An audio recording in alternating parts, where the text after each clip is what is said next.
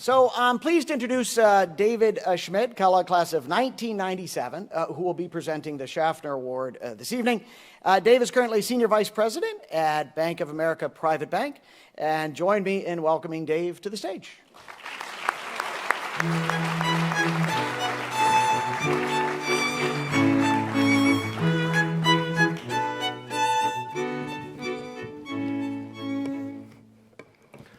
Thank you, Professor Calkin. You know, Dean Hagerty talking about community. There's a real story about community here and paying it forward. In an age when political voices question the role of business in our society, it's refreshing to honor a capitalist and entrepreneur who epitomizes the very best that business can offer our country. I feel extremely honored to introduce Selim Bassoul, who I have the good fortune of knowing through my work at Bank of America Private Bank. Selim is an inspiration to me. He's self-made, salt of the earth, pull yourself up from the bootstraps type of guy.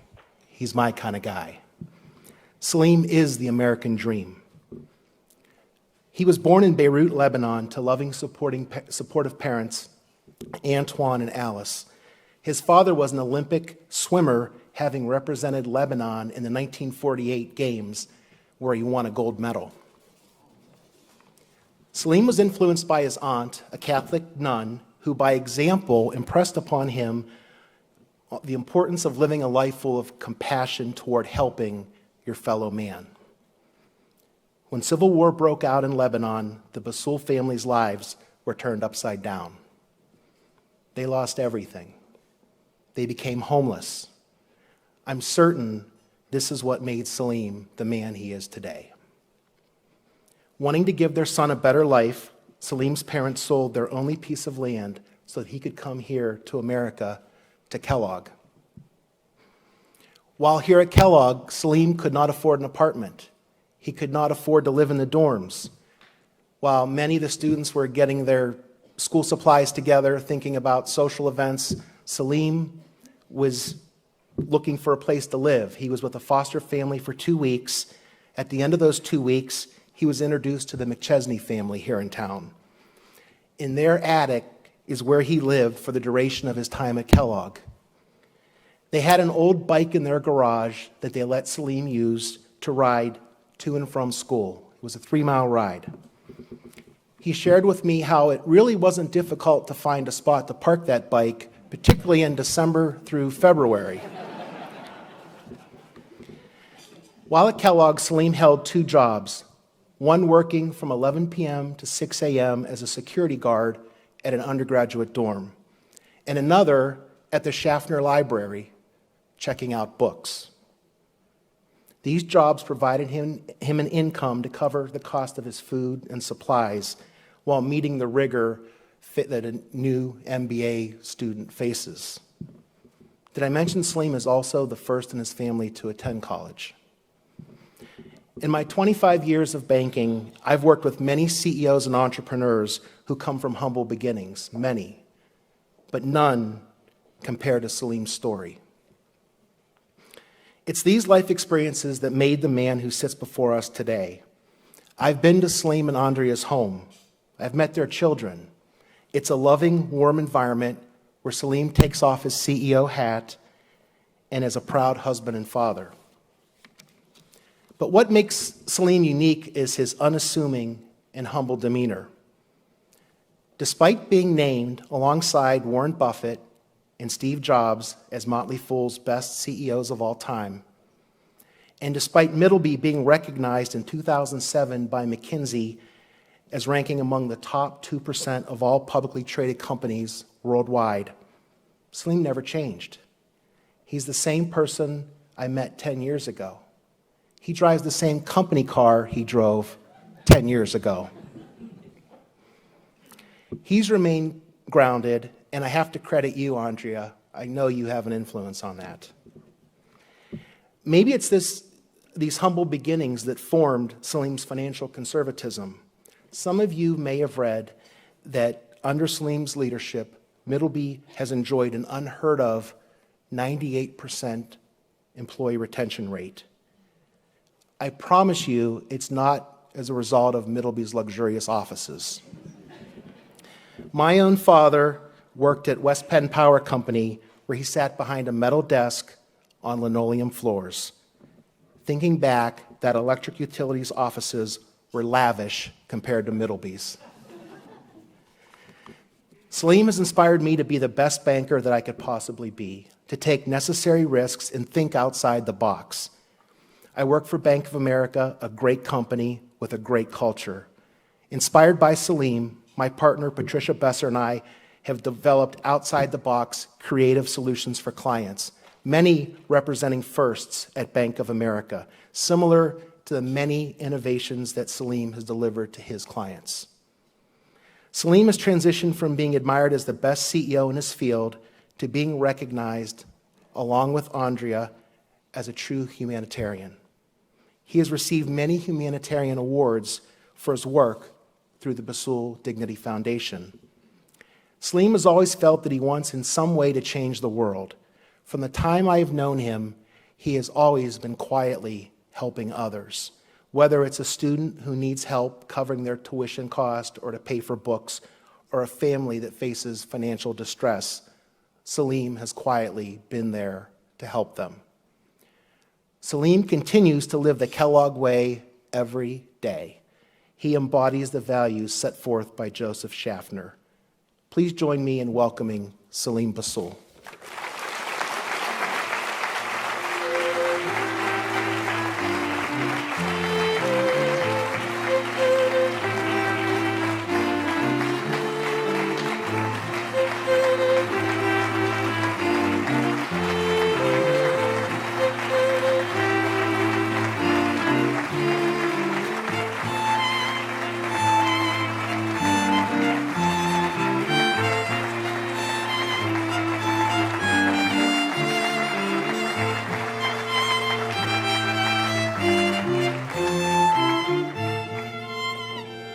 Thank you very much. It is exciting to be here tonight in this new campus. In 1981, we did not have those nice views, let's put it this way, at least. Maybe Northwestern finally figured out that they should build next to the lake. It seems all the buildings are all back. Finally, Kellogg got this great space, and congratulations. Thank you, Dean Haggerty. I am touched to see so many faces that I recognize tonight. And David, you made me really look bigger than I really am. I'm so touched by your kind words and your appraisal of me. I would like to take a minute to congratulate the other honorees tonight, Catherine Briggs and Chris Galvin, for their achievements and for sharing the stage with me. Tonight is a very special night for me and my family. For one, I'm being honored by my alma mater. You know, I've had other awards, but being honored here back in Kellogg has a very special meaning for me. It's all started for me in the US, right here in Evanston. Two, I'm surrounded by so many great people I love, including my family. My wife, Andrea, who has been my rock for those past years, and my children, Tony, Kiki, and Carolina, who are here and whom I'm very proud of. Many of my former colleagues are also here tonight. Tim, Magdi, Martin, Darcy, David, I don't know who else I forgot who's here too, from my team. I could not have done this journey without you. I owe you a lot. Many of my closest friends who traveled as far as Lebanon, Canada, California, New York, Florida, and right here from the city, which might take several hours to get here, or from Indiana, are here tonight. I can name some: Sam, Anis, We've been friends with those guys from kindergarten, and they came specifically to be with me tonight.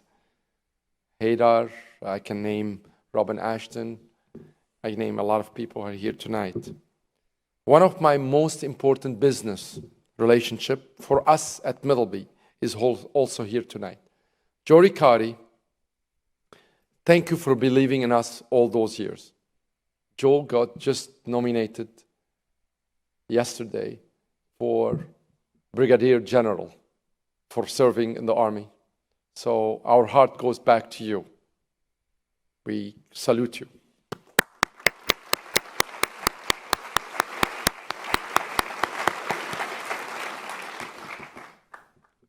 Many of my competitors, whom I respected and admired, are here tonight. And they were tough. I started John McDonough, Louise O'Sullivan, Keith Jaffe. I have to tell you, it's tough to compete against you, but you made me a better person. But the biggest reason for tonight to be special is the fact that my first mentors are represented here tonight. Early on in my life, I attended the Jesuit school in Lebanon. I was taught by many Jesuit priests. Before anybody else, they understood what is known today as ADD and dyslexia. They basically taught me the process to go through school, and they taught me how to learn.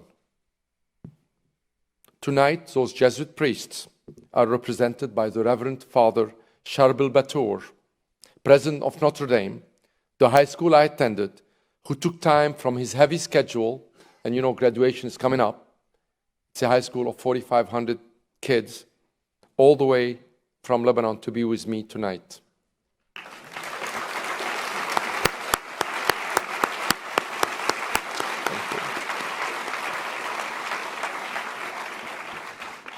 Just as these friends, family, and mentors played a key role in my life, Kellogg helped me become a CEO of a S&P 500 company. Kellogg taught me to give more than to take.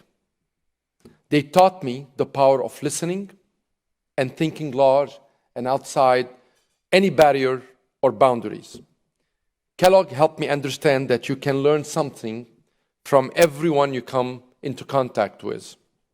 At Kellogg, I learned about value-based leadership, a sense of purpose in what you do, letting your own beliefs lead your actions.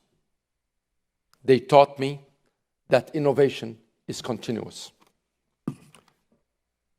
Like you, or many of you, you remember many of your Kellogg professors who had a lasting impact on you.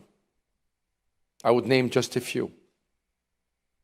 Professor Philip Kotler taught me that the best advertising is done by satisfied customers. Bala Balachandran said, cash is a fact. Profit is an opinion.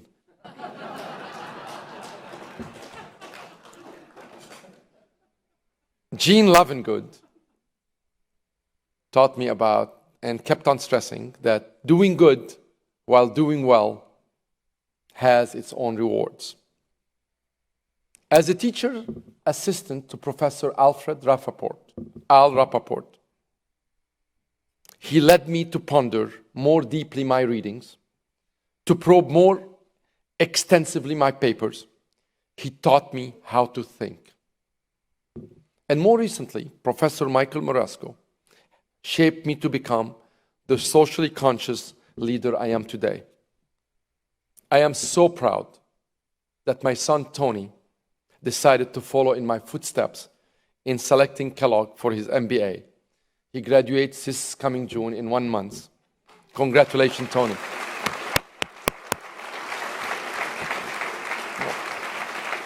We are jealous. You went to a better building. I'm also proud of my daughters, Kiki and Carolina, who are helping me in my Bassoul Dignity Foundation and are coming down with me on the ground to help us help the most vulnerable amongst us. I recently retired from the Middleby Corporation after 24 years. That concluded one chapter of my life. I would like to talk to you about my next chapter. I'm approaching that chapter with trepidation because all I've known to know was Middleby.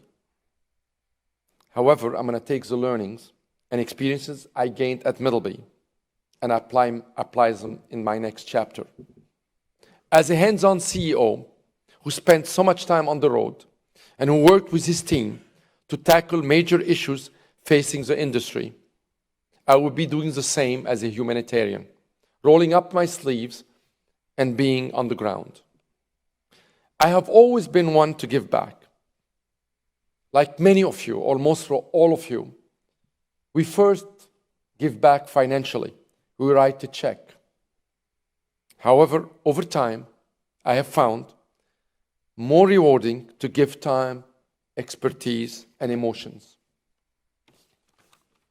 So by being on the ground and seeing challenges firsthand, whether it has been going into the refugee camps you've seen on the video, or traveling to Puerto Rico right after the deadly hurricane and delivering ovens, sewing machines, and water purification system. You see the smiles of those people who lost everything,